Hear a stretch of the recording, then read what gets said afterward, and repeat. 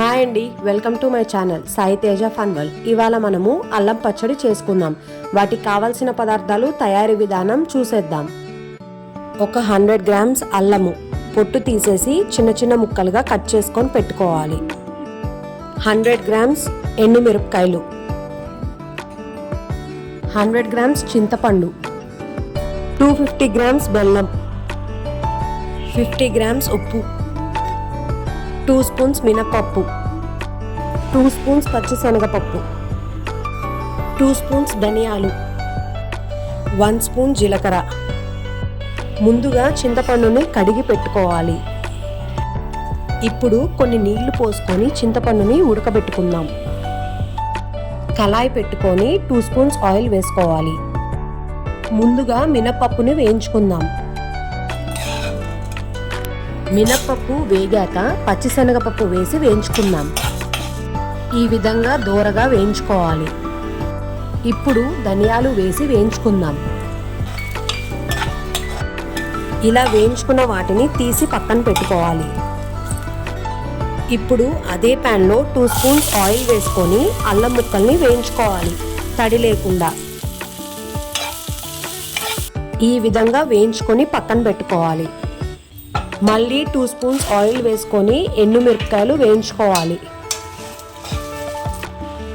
ఈ విధంగా వేయించుకుంటే సరిపోతుంది. ఇలా వేయించుకున్న వాటిని తీసి పక్కన పెట్టుకోవాలి. అల్లము ఎండుమిరపకాయలు ఆరే లోపల మిక్సీ పట్టుకుందాం. ముందుగా వేయించుకున్న వాటిని మిక్సీ పట్టుకుందాం. ఇప్పుడు ఎండుమిరపకాయలు వేసి గ్రైండ్ చేసుకుందాం. ఉప్పు వేసి గ్రైండ్ చేసుకుందాం.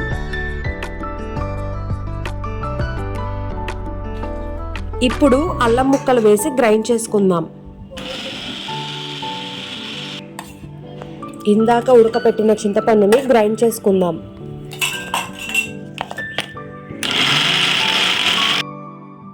ఇప్పుడు కొన్ని వెల్లుల్లిపాయలు, బెల్లము వేసి గ్రైండ్ చేసుకుందాం. ఇప్పుడు పచ్చడి తాలింపు పెట్టుకుందాం. ఆయిల్ వేడెక్కాక పచ్చిశనగపప్పు, జీలకర్ర, ఆవాలు వేసుకోవాలి. ఇప్పుడు ఎండుమిరపకాయలు, వెల్లుల్లిపాయ రెబ్బలు వేసి వేయించుకుందాం. 1 స్పూన్ పసుపు వేసుకుందాం. ఇప్పుడు కరివేపాకు, ఇంగువ వేసి వేయించుకుందాం.